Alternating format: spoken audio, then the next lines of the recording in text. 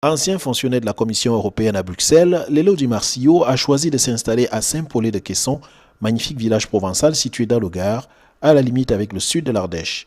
Aujourd'hui, ce fils de mineur italien préside la Boule Saint-Paulétoise, le club de pétanque local, un dirigeant très apprécié par les sociétaires. Des personnes humbles, il a des pouvoirs mais qui ne montre à personne.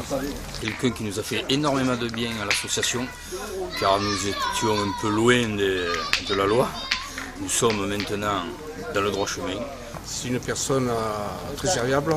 Grâce à lui, la Boule Saint-Paulétoise avance dans le cours de la saison.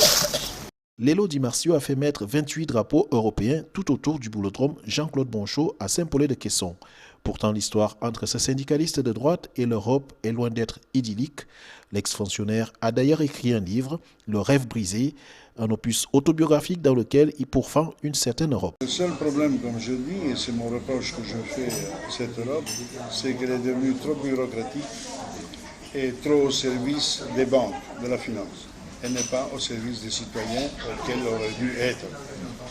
J'ai un mot anglais qui définit très bien ça, civil servants.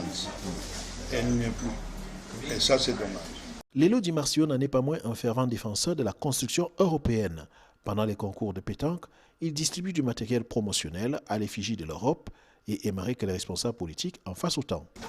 C'est dur parce que l'Europe a peut-être manqué souvent de se vendre pour démontrer tout ce qu'elle fait et qu'elle apporte en retour aux pays qui en font partie. Bien entendu, l'Europe ne se voit pas tous les jours comme ça, mais si les gens regarderaient certains panneaux quand on fait des transformations de routes ou des constructions d'écoles et compagnie, ils verraient qu'au bout, il y a une ligne que l'Europe participe à une contribution financière à toute cette réalisation.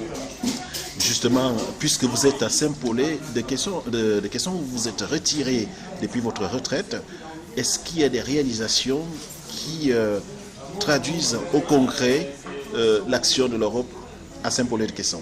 J'ai vu, dernièrement, ils ont fait toute une transformation de la route qui va devant les écoles et qui va sur la route de la Valbonne, et où ils ont construit une crèche, nouvelle crèche garderie. Si on voit les panneaux qui ont été affichés pendant qu'on faisait cette construction, il y avait les subventions du FEDER et autres choses de l'Europe.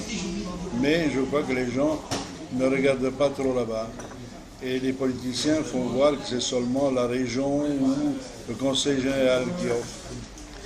Qu'est-ce qui explique que l'Europe soit si mal aimée alors même qu'elle est censée fédérer les nations du continent? Ça, je l'ai écrit dans mon livre.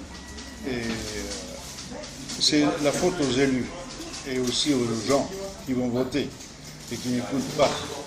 Parce que les élus sont hypocrites. Quand tout va bien, c'est grâce à eux. Et quand il y a quelque chose qui ne va pas, c'est la faute à l'Europe.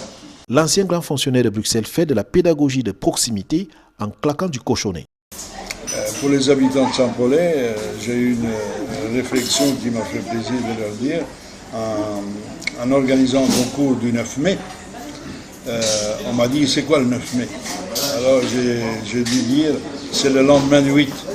Alors du coup, quand j'ai vu leur réaction un peu, j'ai dit c'est la fête Schuman. Malheureusement, pas mal ne savent pas qui était Schuman. C'est dommage, parce que s'ils le savaient, ils auraient une meilleure connaissance. Alors en fait, c'était un concours de pétanque que vous organisiez. De pétanque, le 9 mai. J'ai distribué gratuitement du matériel promotionnel à l'effigie de l'Europe pour leur montrer qu'on fait pas mal de choses. Lelo Di Marcio aura passé 44 ans au service de la Commission européenne, dont 3 décennies au sein du secrétariat général.